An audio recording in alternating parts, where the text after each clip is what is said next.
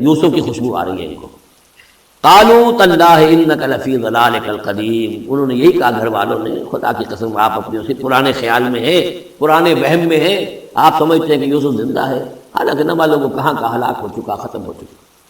فلما جاء البشیر، تو جب وہ بشارت دینے والا آیا، القاہ علی وجہہ، اور حضرت یوسف کا کرتا اس نے ڈالا حضرت یعقوب کے چہرے پر، فارتد بصیرا، تو وہ لوٹ آئے دیکھتے ہوئے، یعنی ان کی نگاہ جو ہے وہ لوٹ کر آئی، بشارت لوٹ آئی۔ قال الم اقل لکم انی اعلم من اللہ ما لا تعلمون، انہوں نے فرمایا کہ میں نے تم سے نہیں کہا تھا مجھے اللہ کی طرف سے ان چیزوں کا علم حاصل ہے جو تم نہیں جانتے۔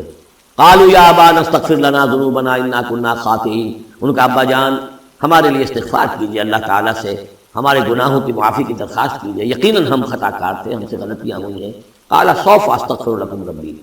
اب یہاں دیکھیے سوفا کا لفظ بہت اہم ہے، ذرا ٹھہر کر میں استغفار کروں گا، ابھی غصہ ختم نہیں ہو رہا ہے حضرت یعقوب علیہ السلام کا، یعنی یہ کہ ابھی وہاں پیشی ہو جائے گی، اس کے بعد سارا معاملات کی صفائی ہوگی، ابھی فوری طور پر استغفار نہیں کر رہے ہیں۔ سوف استغفر لکم ربی، ٹھیک ہے کچھ وقت کے بعد میں تمہارے لیے استغفار کروں گا، انہ هو الغفور الرحیم، یقیناً وہ غفور ہے اور رحیم ہے۔ فلما دخلوا علی یوسف، اب جب یہ سب کے سب آ گئے وہاں سے، پورا قافلہ آ گیا، تمام بنی اسرائیل، اب 12 گھرانے تھے یہ، ان کی اولادیں تھیں، ان کے بچے تھے، بیویاں تھیں، وہ سب آ گئے۔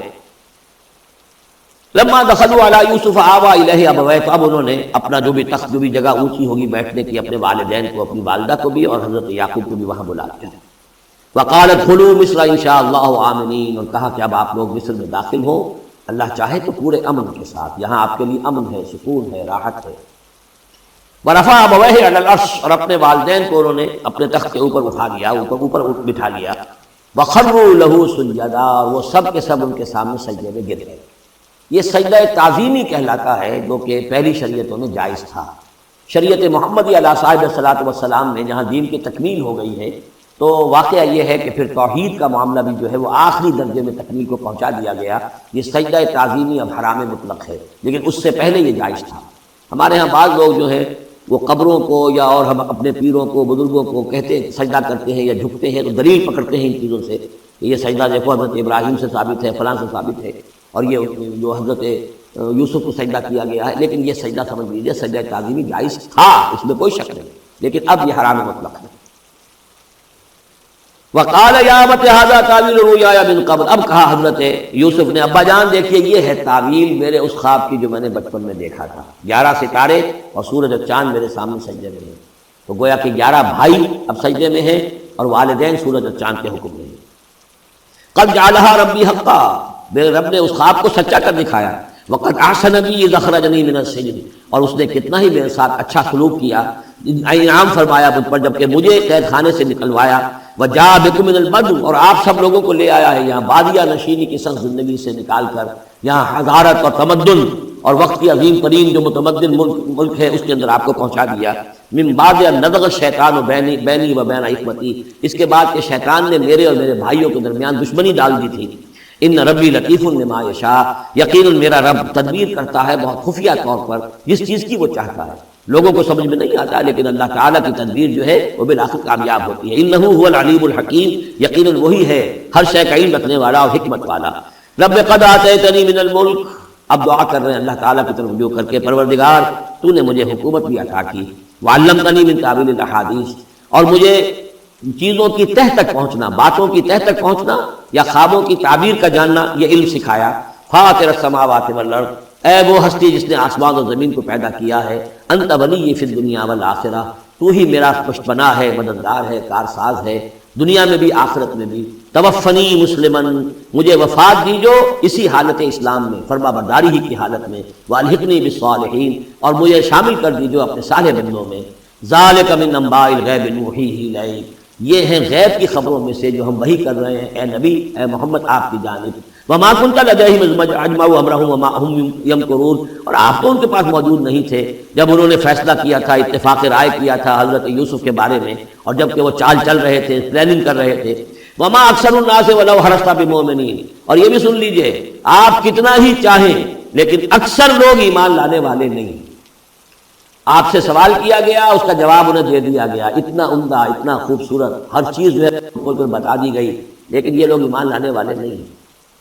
وما اکثر الناس ولو حرصت بمؤمنین وما تسألهم علیہ من اجر، اور نبی آپ تو ان سے کوئی اجر نہیں مانگ رہے، ان هو الا ذکر للعالمین، نہیں ہے یہ مگر تمام جہان والوں کے لیے یاد دہانی ہے اور نصیحت۔ وکأی من آیۃ فی السماوات والارض یمرون علیہا، اور کتنی ہی اور آیتیں ہیں، نشانیاں ہیں آسمانوں اور زمین میں، جس میں کہ یہ گزرتے رہتے ہیں، دیکھتے رہتے ہیں، وہم عنہا معرضون، لیکن اعراض ہی کرتے رہتے ہیں، ان پر توجہ نہیں کرتے، غور نہیں کرتے۔ وما یؤمن اکثرهم باللہ الا وهم مشرکون، یہ بھی نوٹ کر لیجئے، اور جو لوگ اللہ کے ماننے والے ہیں وہ بھی اکثر وہ ہیں جو اس کے ساتھ شرک بھی کرتے ہیں۔ افامنوا ان تأتیہم غاشیۃ من عذاب اللہ،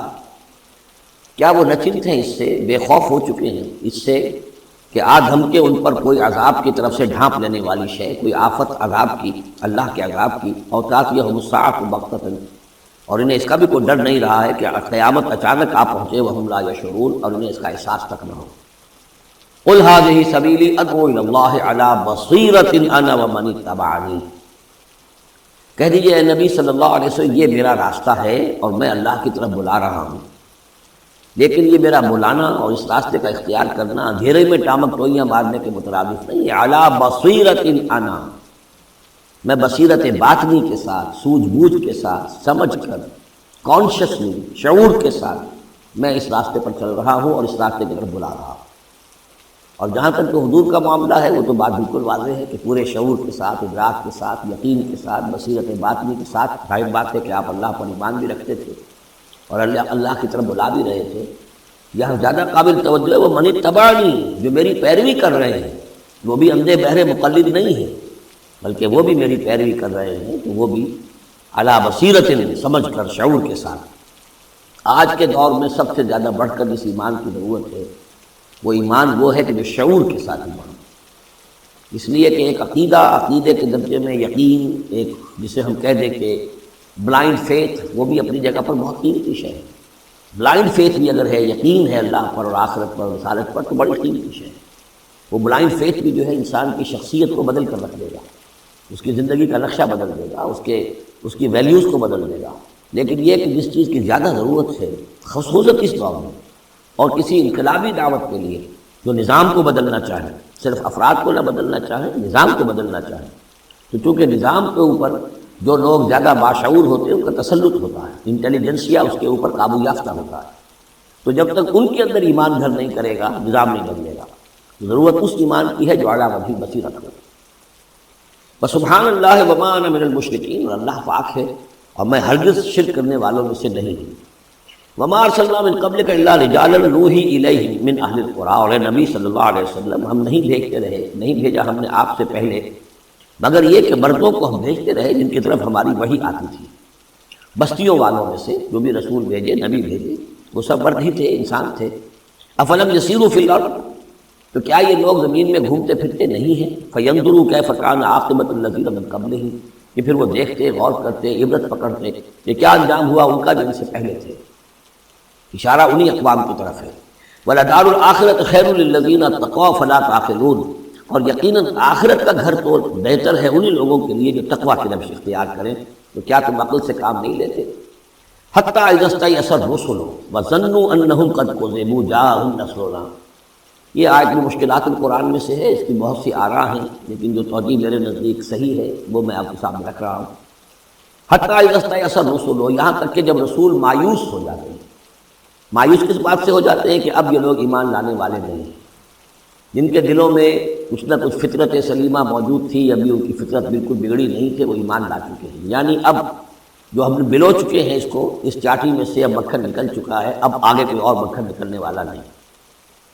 وَظَنُّوا أَنَّهُمْ قَدْ كُذِبُوا، اور لوگ یہ سمجھ بیٹھتے ہیں، انہیں یہ گمان ہوتا ہے کہ انہیں سب جھوٹے ہی وعدے کیے گئے تھے کہ عذاب آئے گا۔ وہ جو قوم ہے وہ تو بہت ہی زیادہ لاؤبالی ہو جاتی ہے کہ 12 برس ہو گئے محمد کو کہتے ہوئے عذاب عذاب عذاب عذاب عذاب تو نہیں آیا، یہ سب دھونس تھی، صرف یہ کہ ہمیں ڈراوا دینا مقصود تھا۔ جاءہم نصرنا واستیأس الرسل، اور ظنو کا جو فاعل ہے وہ در حقیقت ان کی قوم ہے، جو مشرک قوم ہے،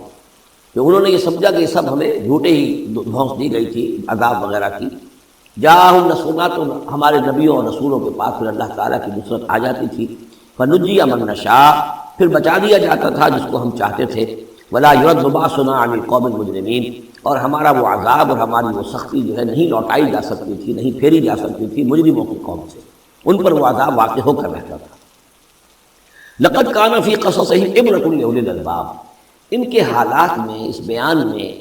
یقیناً ہوش مند لوگوں کے لیے عبرت ہے، عقل کا سامان ہے، سبق کا سامان ہے۔ ما كان حدیثا یفترا، یہ قرآن ایسی شے نہیں ہے جسے گھڑ لیا جائے، کوئی شخص اپنے جی سے اس کو تصنیف و تعریف کر لے، ولیکن تصدیق الذی بین یدیہ، بلکہ یہ تو تصدیق کرتے ہوئے آیا ہے اس کی جو اس کے سامنے موجود ہے۔ لیکن واقعہ یہ ہے کہ تورات میں جب یہ واقعات آتے ہیں، مولانا مودودی نے بہت ہی عمدگی کے ساتھ تقابلی مطالعہ کیا ہے